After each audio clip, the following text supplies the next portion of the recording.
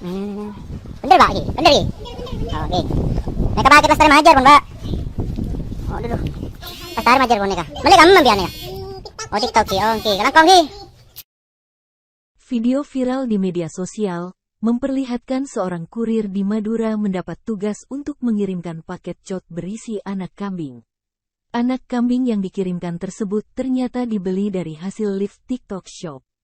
Pengiriman paket berisi anak kambing tersebut viral di media sosial usai diunggah oleh akun Instagram @sedangrame, Senin, tanggal 9 Oktober tahun 2023. Dalam video yang beredar tampak seorang kurir tengah berhenti di depan rumah customer. Di luar dugaan, ternyata kurir tersebut hendak mengantar paket cot berisi anak kambing hidup yang dibeli customer. Sama dengan kiriman lainnya, anak kambing tersebut diletakkan pada kantung paket yang terpasang di bagian belakang motor. Terlihat seorang wanita menggunakan baju dan hijab merah muda yang mengambil paket. Sang customer menuturkan, kambing tersebut dibelinya dari TikTok.